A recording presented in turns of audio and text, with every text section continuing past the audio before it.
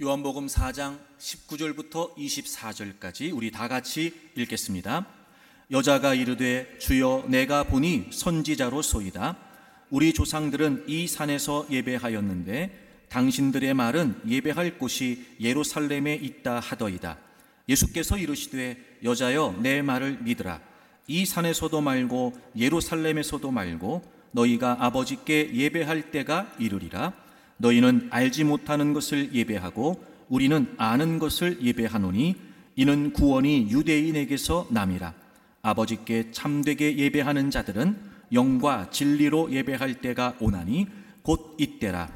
아버지께서는 자기에게 이렇게 예배하는 자들을 찾으시느니라. 하나님은 영이시니 예배하는 자가 영과 진리로 예배할지니라. 아멘. 이청준 작가의 단편 소설을 원작으로 한 뮤지컬 서편제에 이런 가사의 노래가 나옵니다. 아마 여러분 한 번쯤 다 들어보셨을 것 같아요. 혼자라 슬퍼하진 않아. 돌아가신 엄마 말하길 그저 살다 보면 사라진다. 그 말 무슨 뜻인진 몰라도 기분이 좋아지는 주문 같아. 너도 해봐. 눈을 감고 중얼거려. 그저 살다 보면 사라진다. 그저 살다 보면 사라진다.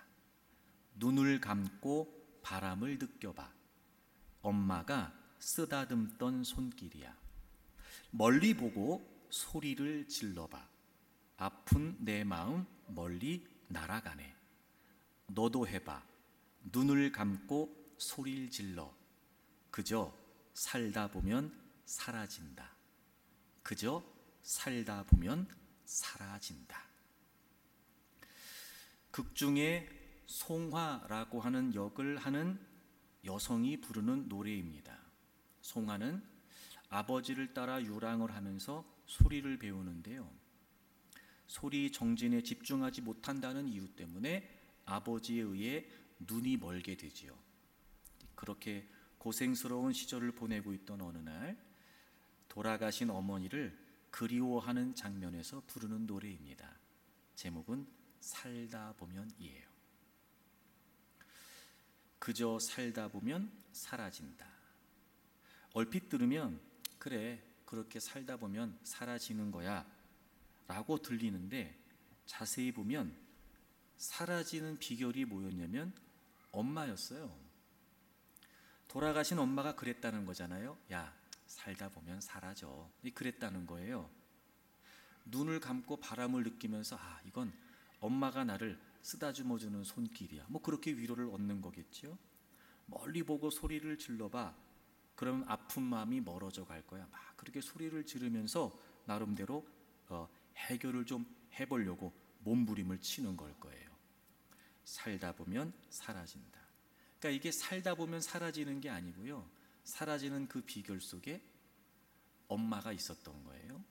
돌아가신 엄마를 추억하면서 엄마가 했던 말을 중얼거리고 되뇌이면서 그래 엄마가 그랬던 것처럼 살다 보면 사라진다 이렇게 한다는 거죠.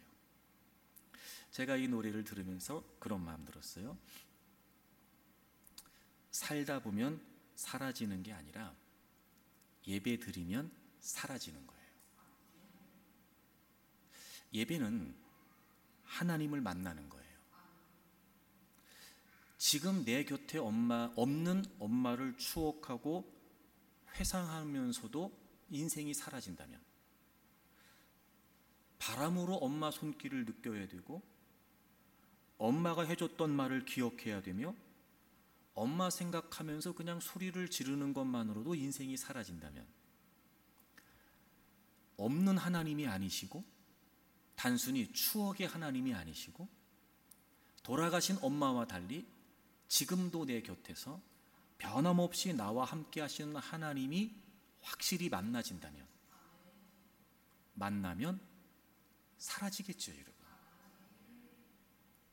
얼마든지 우리는 예배의 자리에서 그 하나님의 손길을 느낄 수 있습니다. 그 따스한 손길을 말이죠.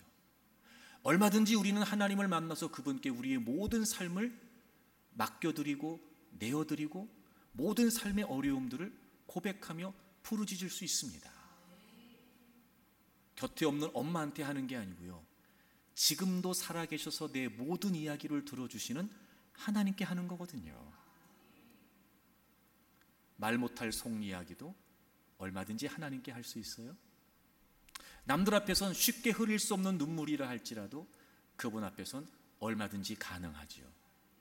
이미도 나를 잘 아시고 또 나보다 나를 더 사랑하시는 그분이시고, 내가 아무리 힘들고 어려운 그 자리에서도 변함없이 내 곁에 나와 함께 하시는 하나님이시거든요. 그러니까 여러분, 살다 보면 사라지는 게 아니에요.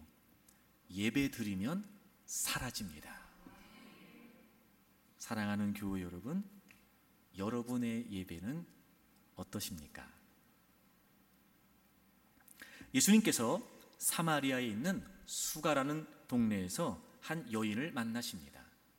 예수님께서는 그녀에게 생수이신 예수님 자신에 대해 소개를 하시죠.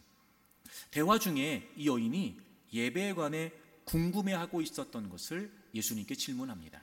그리고 예수님께서는 그에 대한 답을 해주십니다. 그리 길지 않은 짧은 몇 마디의 대화 가운데 예배를 뜻하는 헬라어에서 가장 많이 사용되고 있는 프로스키네오라고 하는 단어가 10번이나 등장을 합니다.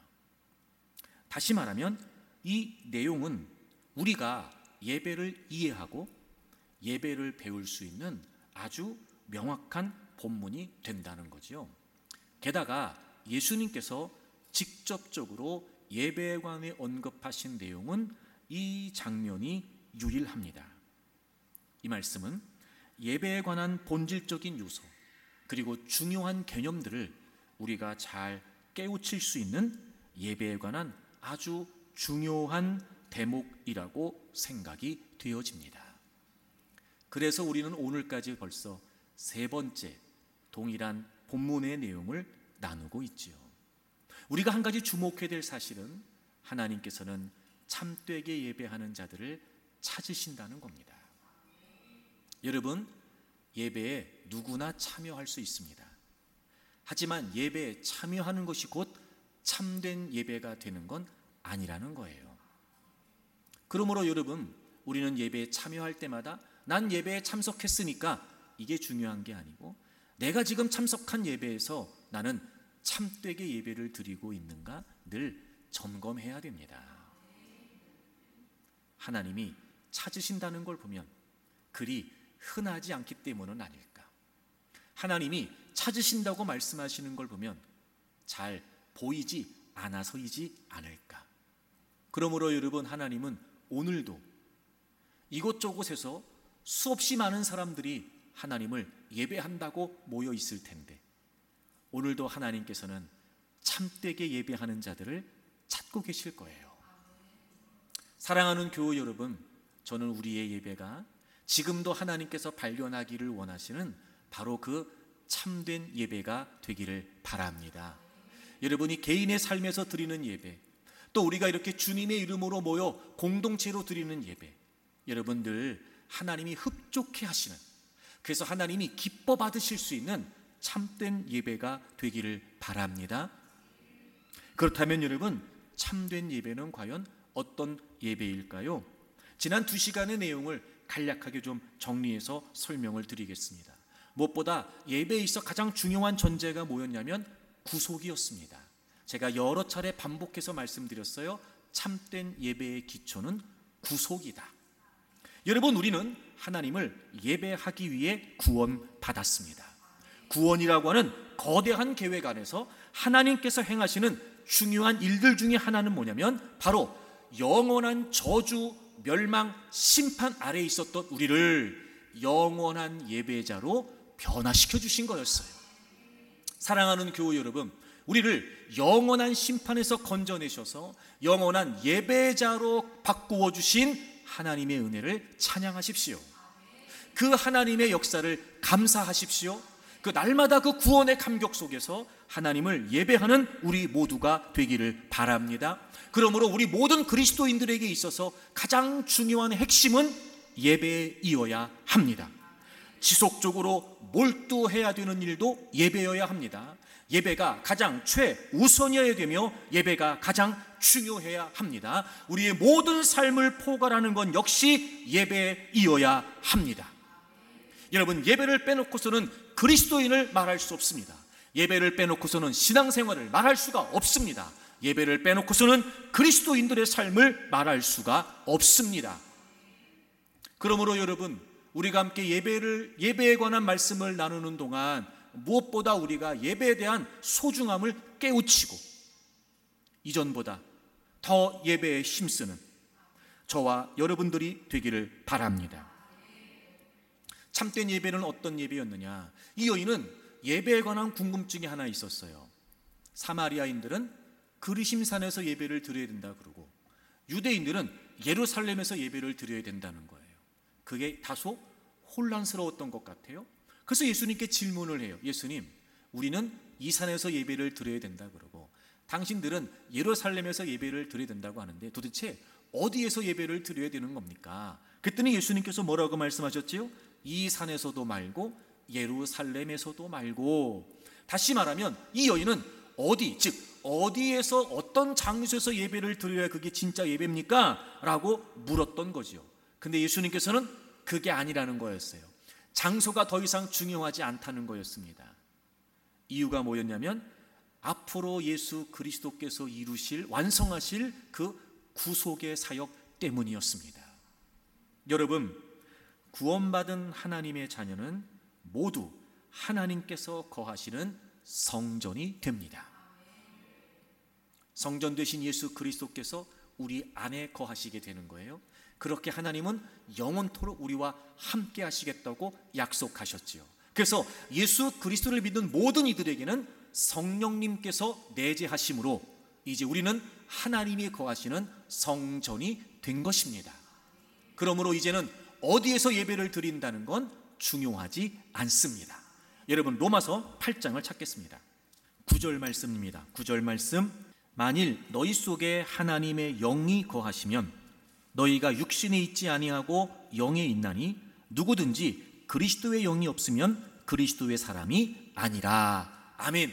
여러분, 이 말씀은 굉장히 중요한 말씀이에요. 우리 성경에는 만일 이렇게 시작을 하는데 헬라어의 원문은 뒤에 나오는 문장이 앞에 나와요. 너희는 육신에 있지 않다. 이렇게 먼저 선언을 해요. 너희는 육신에 있지 않다. 그리고 우리 성경에 만일이라고 번역된 이 접속사는 왜냐하면 이유를 나타내는 접속사로도 번역이 가능한 접속사예요. 너희는 육신에 있지 않고 영에 있다. 왜냐하면 너희 속에 하나님의 영이 거하시기 때문이다. 이런 표현이에요. 육신에 있지 않고 영에 있다. 이 말은 영 안에 있다는 말이에요. 여러분, 하나님의 영, 그리스도의 영, 다 뭘 의미할까요? 누구를 의미할까요? 성령님을 의미하죠. 여러분, 우리는 육신에 있지 않아요. 영 안에 있어요. 즉 성령님 안에 있어요. 왜냐하면 우리 속에 하나님의 영이신 성령님께서 거하시기 때문이죠. 그러므로 누구든지 그리스도의 영이 없으면, 즉 성령님 안에 있지 않으면 그리스도의 사람이 아니라는 거예요. 너무 당연하지요, 여러분. 여러분이 예수 그리스도를 여러분의 구주와 주님으로 믿으신다면 이제 성령님은 여러분 안에 거하십니다. 그래서 우리가 뭐가 됐다는 거예요? 성전 됐다는 거예요. 제가 그런 얘기 많이 하는데 여러분, 자꾸 성령님 임하시라고 얘기하지 마세요. 자꾸 성령님 오시라고 얘기하지 마세요. 이미 내 안에 계신 성령님이요, 기분 나빠하십니다. 아니, 내 안에 계신데 뭘 자꾸 오시라 그래. 내 안에 계신데 뭘 자꾸 임하시라 그래. 여러분, 그런 말은 틀린 말이에요. 그런 말은 쓰면 안 돼요. 뭐 기도할 때나 찬양 인도할 때나 뭐 할 때나 뭐 성령님 오십시오, 뭐 성령님 임재해 주십시오. 이게 여러분 성경적으로 틀린 말이에요. 여러분, 예수님을 여러분의 구주와 주님으로 믿으시지요. 자, 그럼 자꾸 오시라고 할 거 없어요. 이미 성령님께서 여러분 안에 거하신단 말이에요. 그래서 우리가 뭐가 됐다고요? 성전 됐다고요. 자, 고린도전서 3장입니다. 고린도전서 3장 16절. 자, 우리 같이 읽겠습니다. 너희가 하나님의 성전인 것과 하나님의 성령이 너희 안에 계시는 것을 알지 못하느냐. 아멘. 여러분, 반어적인 표현을 하는 거예요. 다시 말하면 너희 안에 하나님의 성령께서 계신다는 거예요. 그러니까 너희들은 하나님의 성전이라는 거지요. 여러분, 예수 그리스도를 믿는 우리 안에 성령님이 거하시고, 그러므로 우리는 성전이 되었습니다. 그러니 더 이상 예배를 드리는 장소는 중요하지 않아요. 그러니까 우리가 개인의 예배가 가능한 거예요, 여러분. 누구든지 예수 그리스도의 이름으로 하나님 앞에 나아가 하나님을 예배할 수 있어요. 왜? 내가 성전됐거든요. 그러니까 우리가 예배드리는 그곳이 성전이고 그곳이 예배의 초소가 되는 거죠. 또 우리가 이렇게 성전된 우리가 모여서 예배하는 곳이라면 어디든지 그곳이 예배의 초소가 되는 거예요. 건물이 성전이 아니라고요, 여러분. 건물은 우리가 모여서 예배를 드리는 예배당인 거죠. 예배당, 예배실. 여러분, 이게 성전은 아니에요. 성전이 누구예요? 제가 성전이고 여러분이 성전이세요. 그 예수님 말씀은 너무 정확한 말씀이시죠. 야, 어디서? 그건 중요하지 않아. 이제 우리가 성전됐기 때문이에요.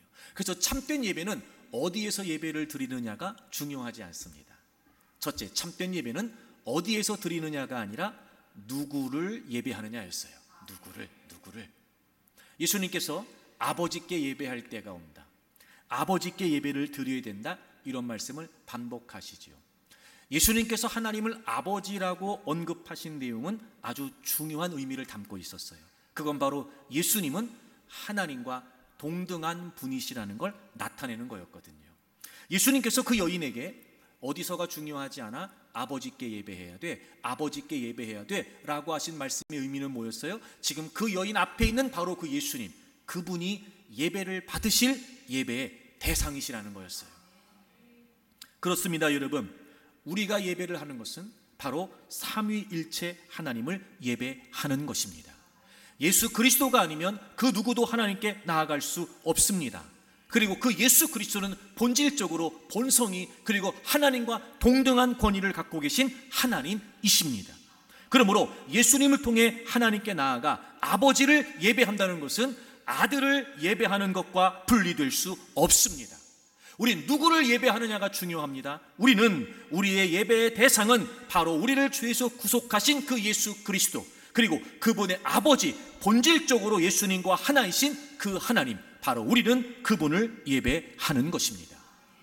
그러므로 여러분, 예수 그리스도가 유일한 구주가 되시며 그 예수 그리스도가 하나님이시라고 하는 분명한 믿음의 고백이 없이는 예배가 예배일 수 없습니다. 하나님은 그렇지 않은 예배를 받지 않으십니다. 또 반복하죠. 중요하니까 참된 예배의 기초는 구속입니다. 누구라도 예배에 참석할 수 있습니다. 하지만 예수 그리스도가 유일한 나의 구주가 되시고 그분이 하나님과 동등한 성자 하나님이라고 하는 사실이 인정되지 않는다면 그 예배는 하나님이 받으시는 예배가 아닙니다. 그래서 여러분, 비슷한 모양의, 비슷한 형식의 다 종교에서도 하나님을 예배한다고 여러 이야기를 하고 예배를 드린다고 말할지 모르지만 그건 예배일 수 없어요. 저는 우리가 이 분명한 믿음의 고백 위에서 성자 하나님, 성부 하나님, 성자 하나님, 성령 하나님, 그 삼위일체 하나님을 예배할 수 있기를 바랍니다. 두 번째, 여러분, 참된 예배는 어디에서 드리느냐가 아니라 어떻게 드리느냐였어요. 어떻게 드리느냐. 예수님께서 말씀하셨죠. 영과 진리로 예배해야 된다고요. 영과 진리로. 이건 영과 진리 안에서라고 하는 의미였어요. 왜 영과 진리로 예배를 드려야 된다고요? 하나님은 영이시기 때문에 그래요. 이런 거예요, 여러분. 하나님이 스스로 나는 영이야, 그러니까 너희들이 나를 만나려면 너희들은 영과 진리로 예배해야 된다, 이렇게 말씀하신 거예요. 여러분, 우리가 대통령을 만날 때요, 함부로 아무렇게나 만날 수 없잖아요. 왜 그래요? 그 사람이 지금 대통령이라고 하는 위치에 있기 때문에 그런 거예요. 그러니까 하나님은 영이시다, 그러니 너희들은 영과 진리로 예배를 해야 나를 만날 수 있다, 이렇게 말씀하신 거잖아요. 그런데 어떻게 예배를 드려야 돼요? 영과 진리로 예배 드려야 돼요. 드리던 대로, 드리고 싶은 대로, 안 돼요, 여러분. 왜 그렇게 따지면서 예배를 드리냐고. 나도 편하게 드리고 싶어요. 나도 대충 드리면 쉽겠어요. 또 내가 여러분 적당히 예배 드립시다. 그럼 여러분도 좋잖아. 그럼 우리 너무 좋잖아. 하지만 그건 아무리 우리가 그렇게 모여서 수없이 많은 사람들이 모여서 하나님을 예배한다고 한들 그건 하나님이 받으시는 예배가 될 수 없어요.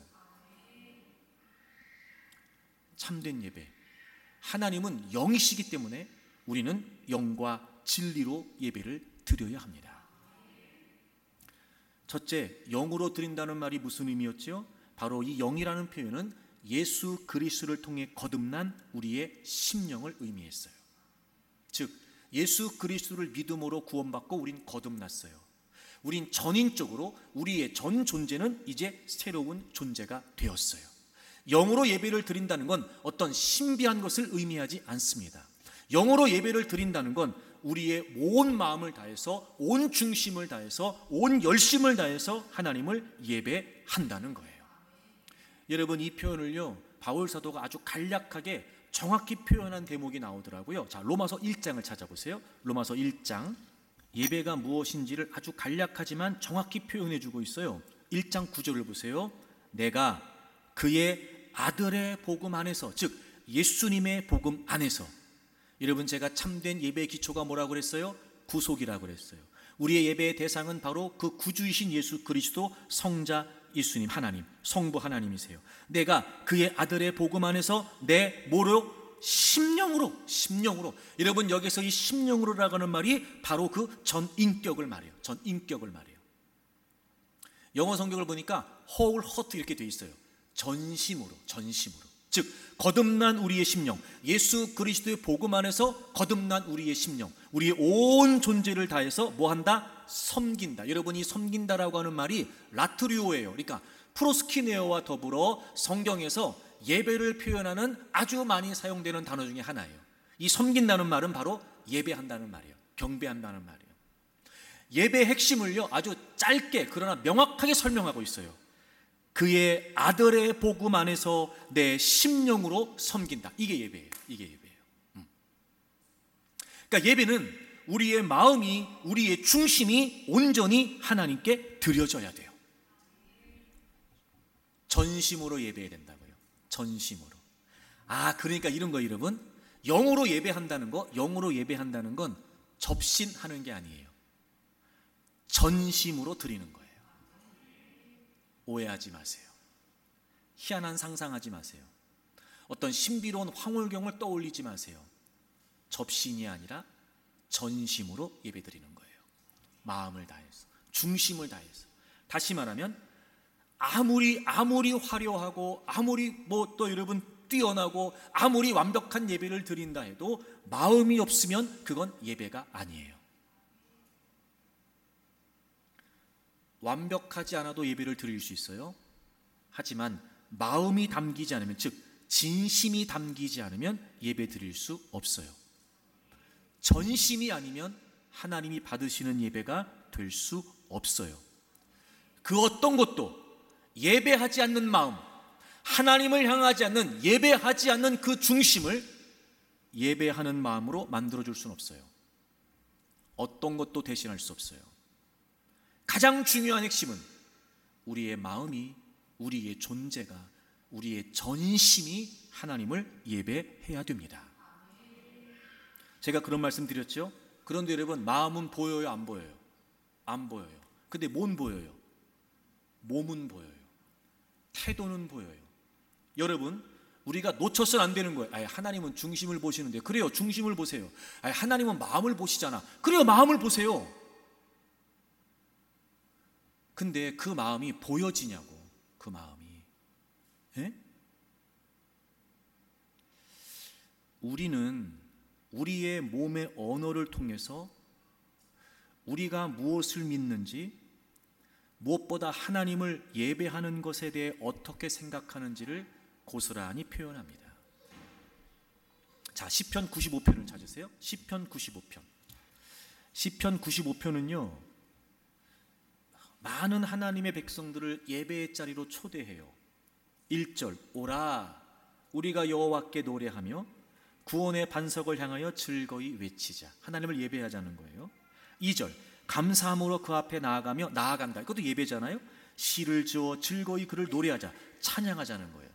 시편 95편은요 우리를 예배의 자리로 초대합니다. 우리 예배합시다. 하나님을 경배합시다. 그리고 왜 그분을 예배해야 되는지를 설명하죠. 3절 여호와는 크신 하나님이시여 모든 신들보다 크신 왕이시기 때문이다. 크신 하나님, 존귀, 권세, 그게 무한하시지요. 그분은 절대 권위와 초월적인 신성을 가지신, 감히 우리 피조물인 인간이 범접할 수 없는 창조주이신 하나님, 크신 하나님이시고 모든 신들보다 크신 왕이세요. 그러니까 최고의 지존자이시며 최고의 절대자이시요. 그러니까 그렇기 때문에 하나님을 예배하자는 거예요. 그렇기 때문에. 그러면서 이 시편 기자가 그 하나님에 대한 우리의 마음을 태도로 표현해야 된다는 걸 언급하고 있어요. 6절 오라 우리가 어떻게 경배하여? 굽혀 경배한다. 굽혀 경배한다. 우리를 지으신 여호와 앞에 어떻게 하자고요? 무릎을 꿇자고요. 여러분, 예배는요 우리의 신체적 자세, 즉 우리의 몸의 태도와 연관이 있습니다. 예배는 우리의 예배의 대상이신 하나님께 겸손과 존경을 표하기 위해 그분 앞에 엎드리고 그분 앞에 무릎을 꿇는 것을 의미했단 말이에요. 다시 말해 예배는 반드시 우리의 전심으로 하나님께 드려야 되는데 그 전심은 분명히 예배를 드리는 예배자의 몸의 태도로 나타나게 된다는 겁니다. 제가 그런 표현 많이 드렸어요. 우리 예배를 편하게 드리려고 하지 말고 예배를 갖추어서 드리자. 여러분 의자에 하나씩 지금 다 팻말이 있잖아요. 에티켓, 예배자의 에티켓. 세 번째를 보시면요 드리다예요. 합당한 태도로 예배를 드리겠습니다. 합당한 태도. 이게 합당한 태도가 무슨 말이에요? 예배의 대상이신 하나님께 합당한 태도로 예배를 드리자는 거예요. 합당한 태도로. 성경 찬송을 지참한다. 종종 우리 교우들 중에도 성경 찬송 안 갖고 다니시는 분 계시는데 그러지 마세요. 여러분 예배를 드리러 가면서 성경 찬송을 안 가져오면 어떡해요? 왜 오냐고 왜? 제가 핸드폰으로 보지 말라 그랬죠? 여러분 핸드폰은 성경이 아니라 핸드폰이에요. 여러분 어쩔 수 없이 외부에 나가 있거나 혹은 여러분 성경을 꼭 보고 싶은데 성경을 가지고 갈 수 없는 그런 상황에 참고로 볼 수는 있으나 아니 주일에 예배를 드리러 가는 사람이 왜 성경 찬송을 안 가져오냐고요. 그래서 제가 여러분 스크린 고장난 다음에 이거 수리하려고 하다가 내가 지금 시간을 끄는 이유가 그래서 그런 거예요. 찬송가도 펼치고 성경책도 펼치자 이제 우리가. 굳이 뭐 다 띄워줄 거 뭐 있냐. 찬송가에 없는 찬송은 카페에서 나눠주면 되고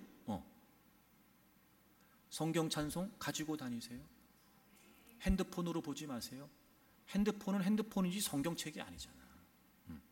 아니 뭐 나한테 꼰대라고 해도 뭐 할 수 없어요.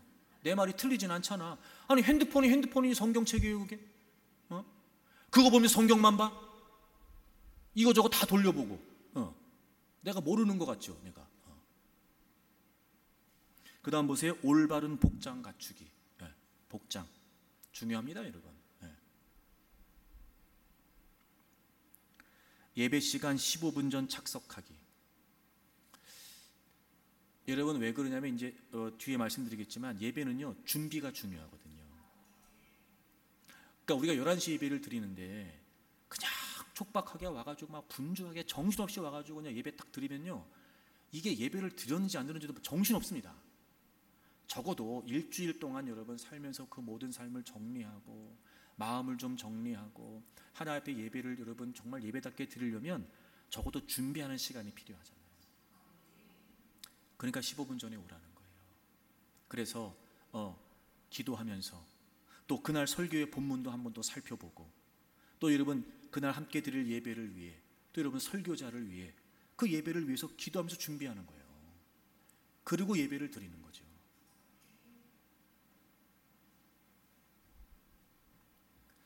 예배 중에 휴대폰 사용하지 않기, 자리 이동하지 않기, 잡담하지 않기.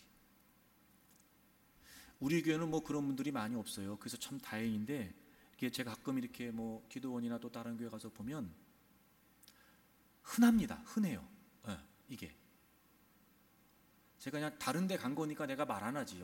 어차피 한 번 보고 안 볼 사람들이니까 뭐 굳이 내가 잔소리하면서 인기 떨어질 필요가 뭐겠나 얘기 안 하지만, 그러면 안 되죠.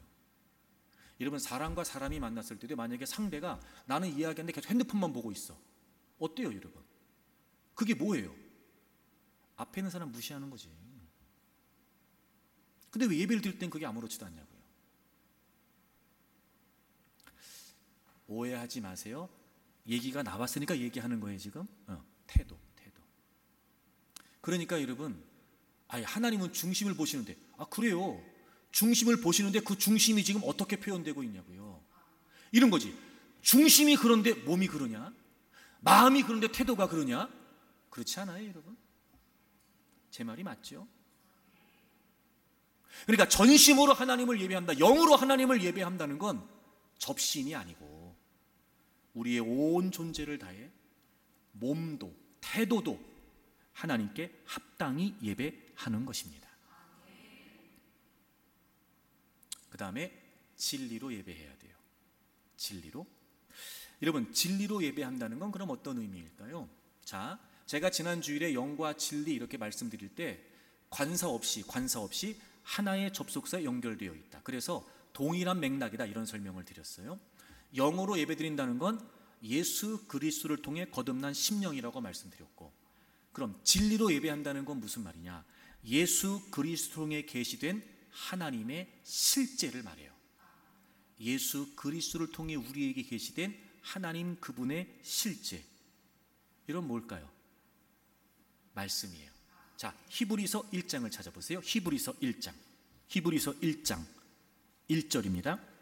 옛적에 선지자들을 통하여 여러 부분과 여러 모양으로 우리 조상들에게 말씀하신 하나님이, 옛적에라고 하는 말은 예수 그리스도께서 오시기 전이에요. 그땐 하나님께서 선지자들을 통해서 여러 방법, 여러 모양으로 말씀하셨어요.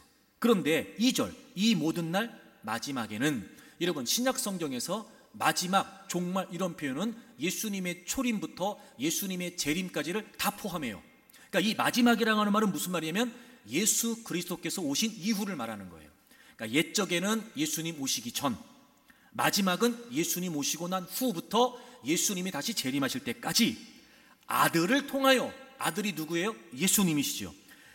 예수님 오시기 전에는 선지자를 통해서 말씀하셨어요. 근데 예수님, 이제 하나님께서는 예수님이 오셨으니까 아들을 통하여 우리에게 말씀하세요. 자, 여러분, 제가 늘 강조했어요. 하나님의 최종적인 계시는 예수 그리스도예요. 예수님의 초림부터 예수님의 재림까지 또 다른 하나님의 계시는 없어요. 예수 그리스도가 하나님의 최종적인 계시예요. 제가 요즘 주일 저녁마다 이단과 사이비 얘기하면서 여러 많은 얘기를 하잖아요. 오늘도 제가 얘기할 거, 오늘 신사도에 관한 얘기를 제가 할 거예요. 저녁 예배 시간에. 정말 중요합니다, 여러분. 쏘고시면 안 돼요. 지금 우리에게 주어진 하나님의 최종적인 계시는 예수 그리스도세요. 자, 그런데 그 예수님이 어떻게 오셨어요? 자, 요한복음 1장입니다. 요한복음 1장 1절. 요한복음 1장 1절을 보세요. 태초에 말씀이 계시니라. 이 말씀이 하나님과 함께 계셨으니 이 말씀은 곧 하나님이시니라. 14절. 말씀이 육신이 되어 우리 가운데 거하시매. 말씀이 누구신 거예요? 우리 안에 거하시는 누구세요? 육신으로 오신 누구세요? 예수님이에요. 다시 말해, 하나님의 완벽하고 하나님의 가장 객관적인 임재, 실제는 뭐예요? 우리에게 주어진 하나님의 말씀이에요. 다른 건 없어요. 그러니까 예를 들어 자기가 계시받는다, 자기가 직통 계시받는다, 새빨간 거짓말이에요. 속지 마세요, 여러분. 그건 진리가 아니에요. 우리에게 주어진 가장 객관적이고 완벽한 하나님의 실제는 예수 그리스도를 통해서 오신 바로 말씀이란 말이에요. 그러니까 진리로 예배한다는 게 무슨 말이에요? 예수 그리스도를 통해 계시된 하나님의 실제, 진리로 예배한다는 게 무슨 말이에요? 말씀으로 예배한다는 거예요. 아하, 여러분 보세요. 예배는 단순히 감정을 고조시키는 활동이 아니에요. 신비로운 카타르시스를 경험하는 것도 아니에요. 더더군다나 광신적인 어떤 행위를 남발하는 것도 아니에요. 참된 예배는 하나님께서 계시해 주신 진리, 즉 하나님의 말씀에 반응하는 거예요. 예배는 의미나 내용이 없는 황홀한 경험이 아니에요. 예배는 진리를 깨닫는 것이 없는 좋은 감정을 추구하는 것도 아니에요. 예배는 하나님의 말씀을 깨닫고 그 하나님의 말씀에 반응하는 거예요. 말씀과 예배는 서로 떼어놓을 수 없습니다. 모든 예배는 하나님의 실제, 즉 하나님의 말씀에 대한 의지적인 반응입니다. 그러므로 말씀이 없이는 참된 예배를 드릴 수 없습니다. 저 개인적인 견해를 전제로 저는 예배 시간에서 가장 중요한 시간이 말씀의 시간이라고 생각합니다. 그러므로 우리는 하나님의 말씀 앞에, 자, 존재적으로 하나님께 나와왔어요. 거듭난 심령, 존재적으로 하나님께 나와왔어요. 그리고 그 하나님 말씀에 이제 우리는 의지적으로 반응해야 돼요. 의지적으로. 그래서 예배는 존재적인 반응이고 예배는 의지적인 반응이에요. 오늘 들려주신 하나님의 말씀 안에 나를 향하신 하나님의 음성이 있다. 하나님, 제가 깨닫고 싶습니다. 들려주신 하나님 말씀을 통해 하나님, 저를 성찰하겠습니다. 말씀 속에서 제가 순종하고 제가 나아가야 될 길을 알기를 원합니다. 제가 그런 표현 자주 쓰지요. 말씀을 통해 하나님을 만나는 거예요. 그도 그럴 것이 우리가 잘 알고 있는 디모데후서 3장 16절, 모든 성경은 하나님의 감동으로 되어 있다고 했어요. 여러분, 거기서 이 감동이라고 한 번역이 제가 좀 마음에 안 든다 그랬어요. 이 감동이라고 번역된 표현이 무슨 말이냐면 하나님의 호흡이에요. 하나님의 호흡. 그러니까 하나님께서 숨을 쉬어서 내뱉으신, 즉 하나님의 직접적인 개입으로 인해서 발생된 게 바로 하나님의 말씀이라는 거예요. 그래서 영어 성경을 보면은요, 그 감동이라고 하는 단어를 인스피레이션, 영감이라고 번역을 했어요. 영감, 하나님의 영감이다. 아무리 강조도 지나치지 않습니다. 우리에게 주어진 가장 객관적이고 완전한 하나님의 임재는 말씀이에요. 그러므로 우리는 예배를 할 때마다 참된 예배를 드리기를 원한다면 말씀을 통해서 자신을 계시하시는 그 하나님 앞에 내가 어떤 모습인지, 내가 어떤 모양인지, 내가 어떻게 살아가야 될지, 하나님이 내게 무엇을 원하실지, 내가 어디로 가야 하는지, 이런 모든 부분들을 다 내어놓고 그 하나님의 말씀 앞에 반응하는 것입니다. 자, 그럼 여러분 보세요. 참된 예배를 드렸는지 안 드렸는지를 우리가 알 수 있는 여러 가지 중에 명확한 게, 첫째는 뭐냐면요, 아까 영으로 예배한다 그랬잖아요. 그러니까 내가 얼마나 몸도 마음도 준비하면서 예배를 드렸냐, 이거 보면 알 수 있어요. 그죠? 일단 거기서 결판 나는 거예요. 거기서 결판 나는 거예요. 두 번째 뭘까요? 참된 예배. 내가 오늘 주신 말씀에 대한 반응이 있었냔 말이에요. 이런 거죠. 예배를 드렸어. 말씀을 들었어요. 뭔가 가슴에 남아. 그럼 된 거예요. 뭔가 모르게 그 말씀 한마디 때문에 막 고민이 되는 거예요. 막. 뇌리를 떠나지가 않는 거야, 그 말씀이. 막. 밥 먹을 때도 그 말씀 생각나고, 출근하면서도 그 말씀 생각나고. 그러면서 여러분, 그 말씀 한마디를 더 깊이 있게 꽂히기 위해 고민하며 묵상하는 거예요. 하나님, 왜 이 말씀입니까? 하나님, 이 말씀이 어떤 의미이지요? 하나님, 저 이 말씀을 통해 저에게 분명히 뭔가 말씀하시는 것 같은데 하나님, 제가 알고 싶습니다. 그렇게 예배를 마치고 나면 그 들었던 말씀 중에 내 가슴에 남겨지는 말씀이 있어야 되는 거예요. 그게 참된 예배란 말이에요. 그런데 오늘날 우리 예배는 어떻습니까? 제가 여러 차례 그런 말씀을 드렸습니다만 이제는 점점요, 예배 시간에서 이 말씀을 듣는 시간의 비중이 줄어드는 거예요. 하여튼 요즘은요, 짧은 설교가 명설교랍니다. 그런 걸 보면 나는 거기에 축에도 못 깁니다. 나는 지금. 네. 그러다 보니 점점 여러분 설교는 짧아져요. 여러분, 짧아진 시간 속에 뭘 얼마나 전할 수 있을까? 점점 여러분 설교가 평이해지기 시작해요. 이건 설교인지 무슨 강연인지 무슨 강의인지 구분이 안 될 만큼 말씀을 들어도 도전이 없어요. 말씀을 들어도 깨달음이 없어요. 말씀을 들어도 부끄러움이 없어요. 말씀을 들어도 고민이 없어요. 왜? 어차피 설교가 이제 쉬워졌어요. 편해졌어요. 서로 그렇게 마치 무슨 암암리에 약속이라도 한 듯 건드리지 않겠습니다. 편하게 나오세요. 편하게 앉아있다가 부담 없이 돌아가세요. 이렇게 돼버렸어요. 제가 늘 그런 예를 들지만 여러분 보세요. 영화 한 편을 보고 나도요 가슴에 남는 게 있다니까 여러분. 어떤 영화는요 여러분 엔딩 크레딧이 다 올라갈 때까지 그 자리를 뜨지 못할 만큼 감동이 있잖아. 아니 영화 한 편을 봐도 그러는데 적어도 여러분 주일날 그 하나님을 예배하겠다고 여러분 마음을 다해 중심을 다해 다가온 사람들이 그들에게 선포된 하나님 말씀을 들었는데 남는 게 없다고요? 그게 예배를 드린 거겠냐고요 여러분. 설교가 여러분 점점 설교에 대한 비중이 여러분 가벼워지고 설교를 듣는 우리의 마음이 점점 소홀해지고 그게 무슨 예배겠어요? 그러니까 여러분 참된 예배는 반드시 하나님의 말씀에 반응해야 돼요. 감정이 중요하지 않아요. 우리의 의지가 하나님 말씀에 있어야 되고 그 말씀을 통해 우리의 의지에 변화가 있어야 된단 말이에요. 여러분 잘 아시죠? 하나님의 말씀은 살아있고 즉 생명력이 있어요. 그럼 이런 거죠 여러분. 내가 그날 예배를 참되게 드렸다 어떻게 알 수 있냐? 나는 정말 힘들고 공고했어. 내 영이 다 깔아앉아 있었어요. 하여튼 영육이 너무나 피곤하고 힘들었어요. 나는 그랬어요. 그런데 예배 자리에서 하나님 말씀을 통해서 말씀은 뭐가 있어요? 살아있어요. 생명력이 있으니까 그 말씀에 접촉되면서 나도 모르게 생명력이 꿈틀대기 시작하는 거예요. 참된 예배를 드린 거죠. 그렇죠 여러분?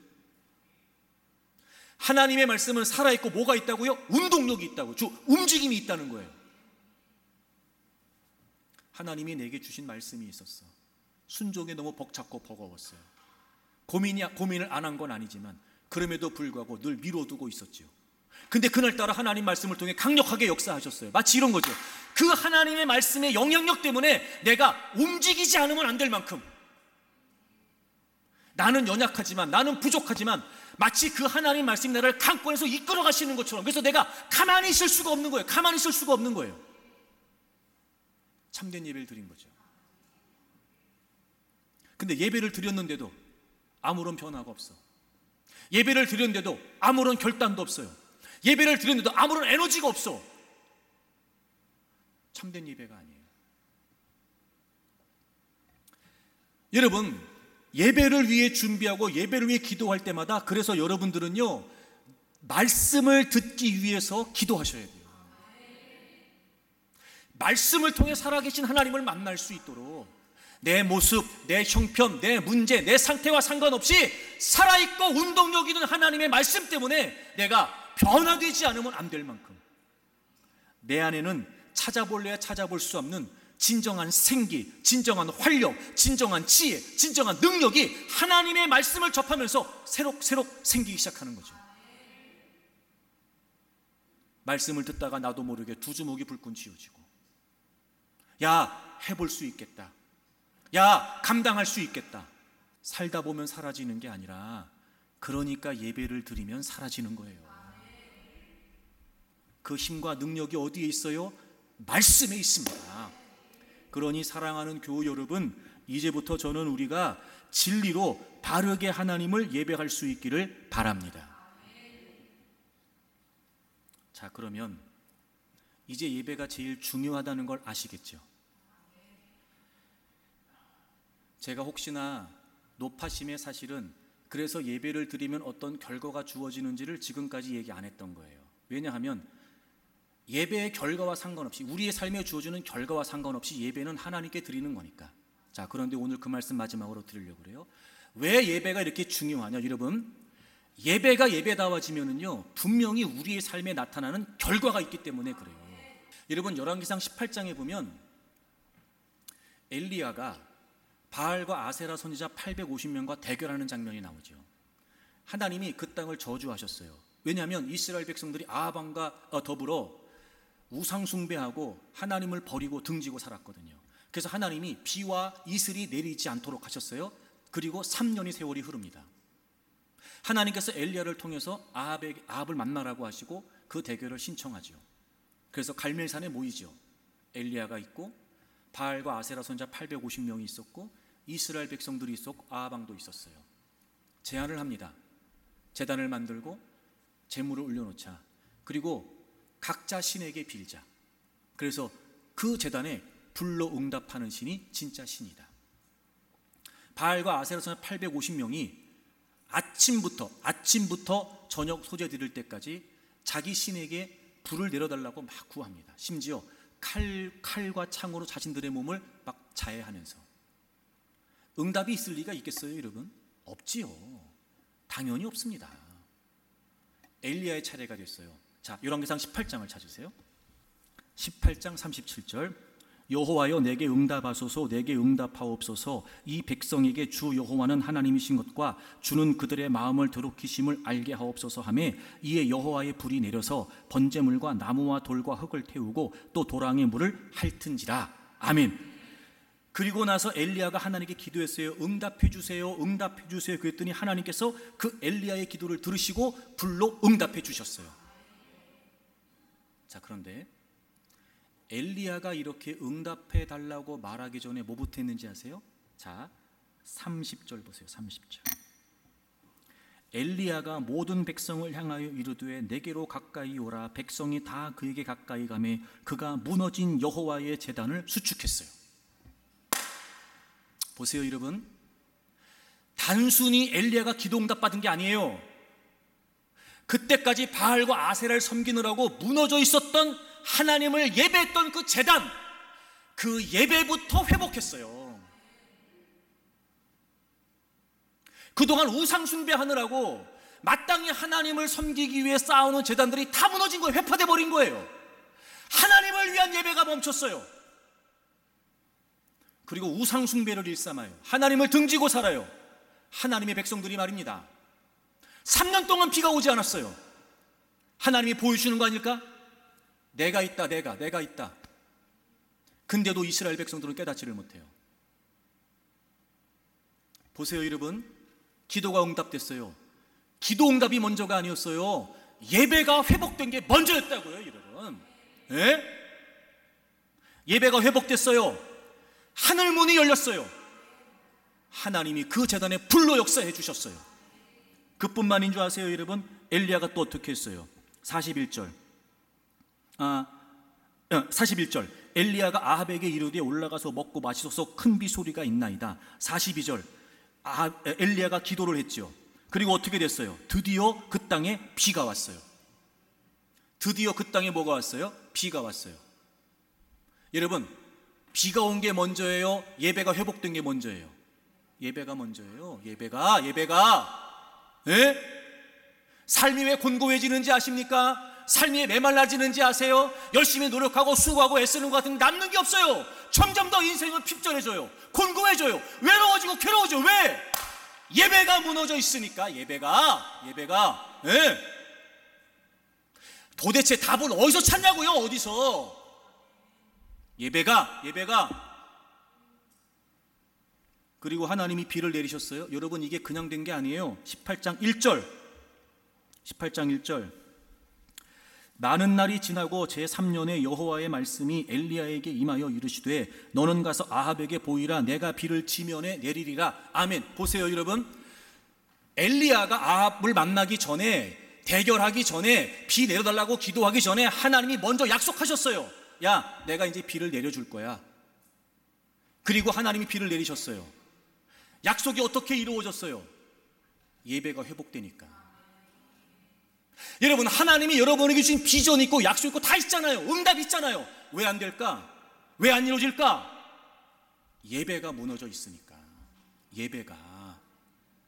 기도의 응답이 말씀의 성취가, 능력의 나타남이 다 뭐로부터 시작돼요? 예배로부터 시작되는 거예요. 예배로부터. 개인의 예배가, 공동체의 예배가 그게 중심이 되고 최초이 되고 최우선이 돼서 예배가 회복이 되면 여러분, 하나님은요 그 예배를 통해 다양한 많은 역사들을 행하신다고요. 하나님께 뭐라고 하지 말고, 달라고만 악쓰지 말고, 왜 안 이루어주냐고 하지 말고, 왜 난 이런 인생 살아야 되냐고 얘기하지 말고, 여러분의 예배부터 살피세요. 예배부터. 또 하나 말씀드리죠. 하지만 그게 그리 쉽지 않습니다. 자, 제단을 수축하는데 어떻게 했냐면 31절, 야곱의 아들들의 지파의 수요를 따라 엘리야가 돌 12개를 취했어요. 여러분, 제단을 그냥 쌓은 게 아니에요. 돌 12개를 가지고 왔어요. 무슨 여러분 짱돌을 주워 왔겠습니까?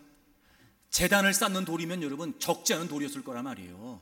돌 12개, 그게 끝이 아니에요. 그렇게 돌 12개를 취해서 32절, 그가 여호와의 이름을 의지하여 그 돌로 제단을 쌓고 제단을 돌아가며 곡식종자 두세 알을 둘 만한 또랑을 만들어요. 곡식종자 두세 알을 둘 만한, 이게 뭐냐, 약 15리터에서 20리터래요. 작은 구덩이가 아니에요. 구덩이를 다 팠어요. 옆에 또랑을. 그게 끝이 아니죠. 33절, 또 나무를 버리고 송아지의 각을 떠서 나무 위에 놓고 이르되 통 넷에 물을 채워요. 여러분, 여기에 이 통이라고 번역되는 사실 정확하진 않는데 대부분의 학자들이 뭐라고 말하냐면 이 당시에 여인들이 물을 기를 때 쓰는 항아리라는 거예요. 1.5리터 페트병이 아니에요. 여러분, 항아리, 물 기는 항아리. 그 항아리 통 넷에, 그쵸, 항아리 4개예요. 자, 근데 그 다음 보세요. 34절, 또 이르되 다시 그리하라 하여 다시 그리하고, 또 이르되 세 번째 그리하라 하여 세 번째 그리했어요. 여러분, 4항아리씩 3번, 12항아리 갖다 부었어요. 제가 무슨 말씀 드리는 거냐면, 돌 12개를 쌓았어요. 또랑을 파요. 물 12항아리를 갖다 부어요. 예배를 회복한다는 게, 예배를 지킨다는 게 쉽지 않단 말이에요. 그래, 나 이제 예배를 잘 드리자, 그리고 주일 예배 한번 나오고, 그게 예배 회복이 아니라니까 여러분. 에? 오해하지 말고 들으세요. 자꾸 장난치지 마세요. 에? 정말 내 삶에서 하나님이 하나님 되심을 인정하고 그분의 말씀에 겨워에 엎드리고 하나님 말씀이라는 수요했던 다짐이 있고, 정말 하나님이 영광과 찬양을 받으시기 합당하신 최고의 하나님으로서 몸도 마음도 준비하여 공동체 예배에 다가와 들으신 하나님 말씀에 귀를 쫑긋 세우고, 적어도 말씀의 부딪힘과 깨달음 앞에 겸허하게 무릎 꿇을 줄 알고, 부끄러울 줄 알고, 돌이키고 회개할 줄 알고, 그런 예배,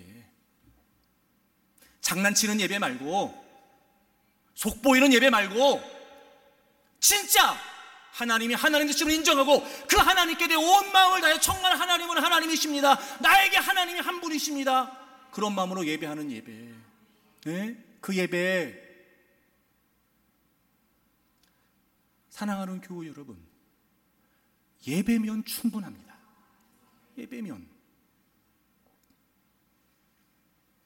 그러니 이제부터 우리에게 있어 최우선은 예배가 되기를 바랍니다. 예배가 회복되면 다 풀려요. 예배가 회복되면 다 열려요. 예배가 회복되면 다 이루어집니다. 그러니 여러분, 이제부터 개인의 예배, 공동체의 예배, 특별히 하나님의 말씀을 소중히 여기고 참된 예배를 드리십시오. 여러분의 예배 회복을 통해 여러분의 가정의 회복이 있고 자녀들에게 회복이 있고 여러분의 삶의 회복이 있기를 주의 이름으로 축복합니다.